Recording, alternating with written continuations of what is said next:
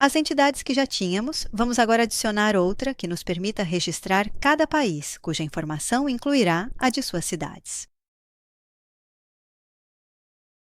Por exemplo, o Brasil com estas duas cidades, a França com esta cidade e a China com estas 3 cidades. Por isso surge uma nova entidade em cena, Country. O que a diferencia das que vimos até agora é que nesta, além das informações simples como o nome do país, teremos que representar informações repetitivas, como o nome de suas cidades. As cidades poderiam então ser pensadas conceitualmente como uma subentidade, mas que fará parte da entidade que a define, sem a qual não pode existir. Tratar-se-á então de uma transação, country, com uma tela como esta.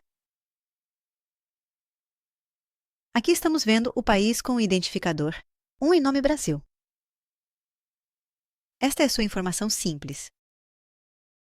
E entre suas informações múltiplas, vemos 2 cidades, a Rio de Janeiro e a 2 São Paulo. Se passarmos para o próximo país, vemos o país 2 França, com uma única cidade identificada como e de nome Paris.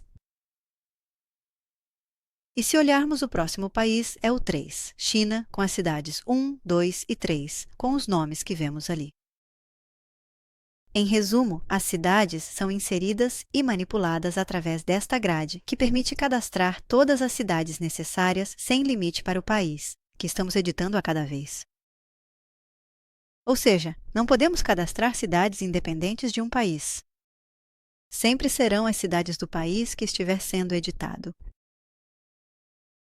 Assim, se quisermos identificar, por exemplo, a cidade de Xangai, devemos fornecer 2 identificadores. O ID do país mais o ID da cidade.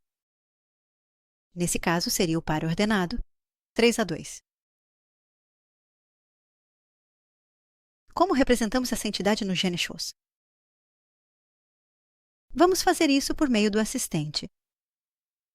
O que queremos é uma transação de país, na qual as cidades sejam cadastradas ali mesmo, de forma inline, ou seja, no mesmo layout da transação.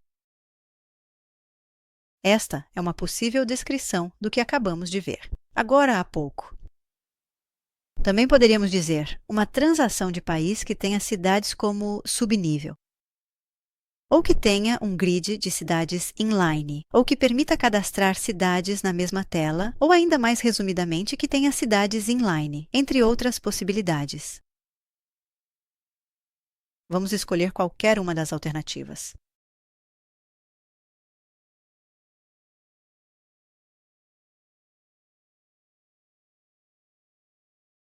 Ele nos responde o seguinte. Como resultado, vemos que criou a transação de país com este source, que ainda não foi salvo. Portanto, se fecharmos a janela, não restarão vestígios da transação na KB. Vamos reparar no que há de novo. Esta sintaxe serve para representar a subentidade de cidades. Vamos à estrutura para ver a representação gráfica. Vemos que, além dos atributos countryID e countryname com os domínios que já tínhamos definidos, na KB está aparecendo esse subnível chamado city, com os atributos cityID e cityname.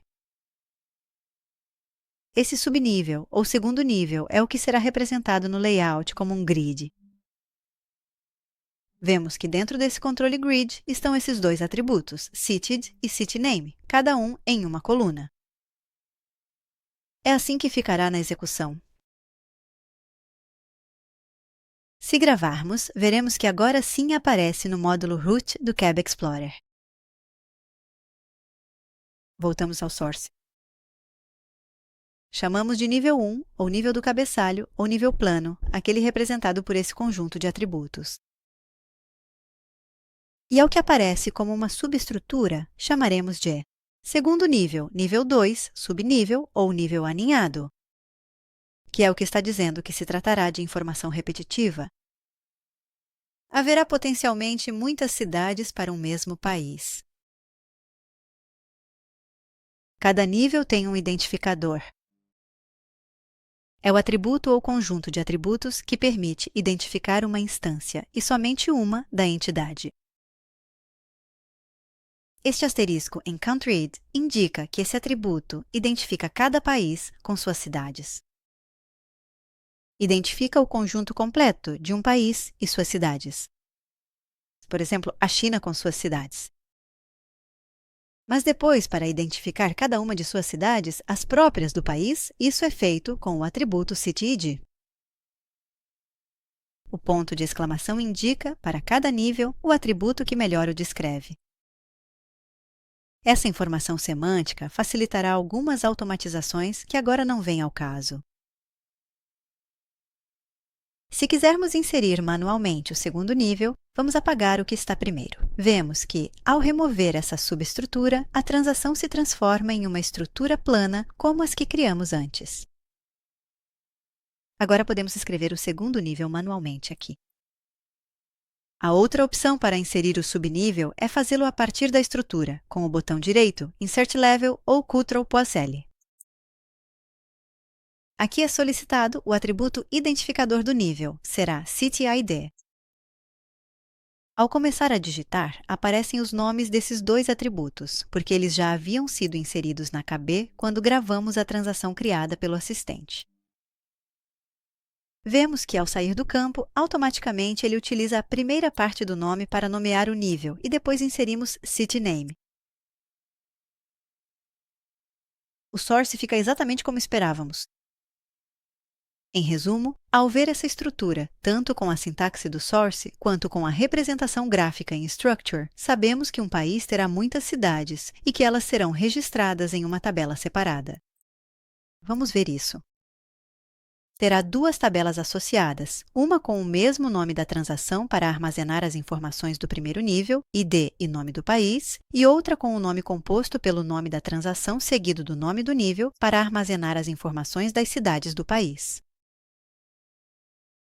Mas observe que essa segunda tabela terá não apenas os atributos CityID e CityName, mas também precisará adicionar o atributo CountryID como parte da chave primária.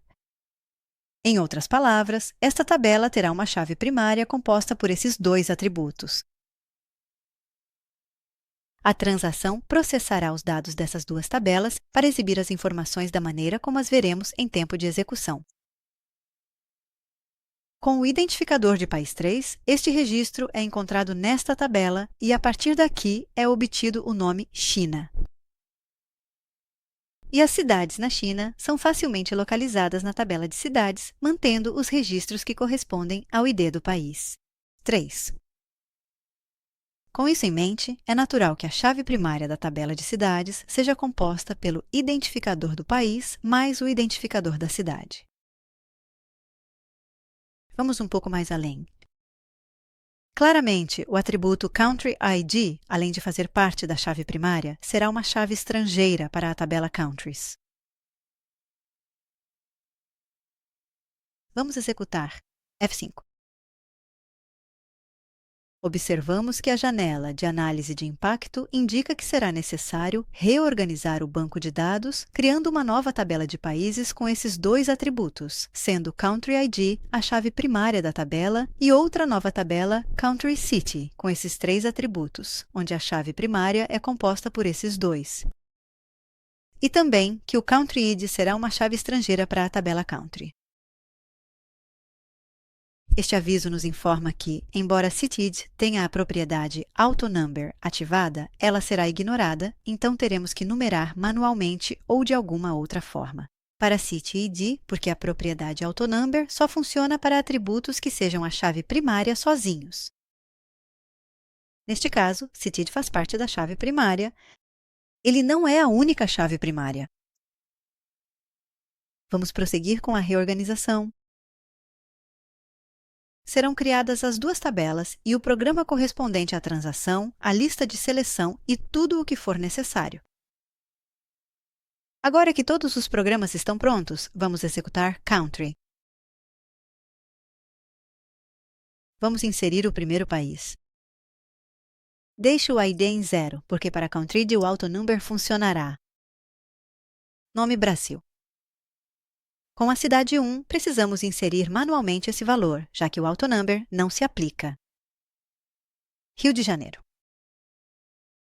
e uma cidade. 2, São Paulo. Se quisermos inserir outra cidade, mas dermos algum dos valores que já inserimos, 1 ou 2, será exibida uma mensagem de erro, que nos indica que já existe uma cidade com esse ID. Vemos que à esquerda de cada linha utilizada aparece este ícone, que nos permite marcar a linha para ser excluída. Poderíamos inserir quantas cidades quisermos. Aqui vemos 5 linhas disponíveis na tela para usar, mas podemos ir adicionando linhas à grade, simplesmente pressionando. Aqui uma vez que tenhamos adicionado as anteriores. Ao confirmar, vemos que cadastramos nosso primeiro país com suas respectivas cidades e ao qual foi atribuído o ID 1. Depois, para inserir outro país, digitamos 0 para o ID ou qualquer valor inexistente, já que ele será autonumerado. Vamos nomeá-lo França. Como o CityID não será autonumerado, o que escrevermos aqui será o valor que ficará registrado. Então, digitamos um Paris e 2 Nice. Se quisermos que os IDs das cidades sejam autonumerados, contamos para isso com uma regra chamada serial. Abordaremos as regras que podem ser especificadas para uma transação em outro vídeo. Confirmamos, e se editarmos agora o último país, vemos que foi atribuído o número 2 a ele. Se quisermos eliminar uma linha, por exemplo, a de Nice, marcamos para ser eliminada, mas não pressionamos. Delete, que apagaria o país inteiro e suas cidades, e sim, Confirm. Ao pressioná-lo, saberá que é necessário atualizar tudo o que for preciso, incluindo eliminar as linhas que estiverem assim marcadas. Vamos inserir um último país, China, com suas 3 cidades. Aqui vemos na lista de seleção os 3 países. É assim de simples criar e operar com uma transação de 2 níveis. Resumindo o que vimos, quando uma transação tem subníveis, ela terá associadas uma tabela correspondente ao nível 1, ou seja, a parte plana, e uma tabela para cada subnível. Neste caso, há apenas um subnível. Sua tabela é nomeada concatenando o nome da transação com o nome do nível, e a chave primária dessa tabela é formada pela união dos atributos-chave dos níveis superiores, neste caso, Country ID, com os atributos identificadores do próprio nível, neste caso, City ID. Esse atributo que se repete entre ambas as tabelas e que é chave primária na primeira, será chave na segunda, estrangeira. Com isso, estamos indicando que as duas tabelas possuem uma relação referencial. Todo registro da tabela de cidades faz referência a um registro da tabela de países. Mas o fato de que, além de ser uma chave estrangeira, ela também faça parte da chave primária da tabela de cidades, faz com que as cidades sejam conceitualmente uma entidade fraca, pois dependem dos países para existir.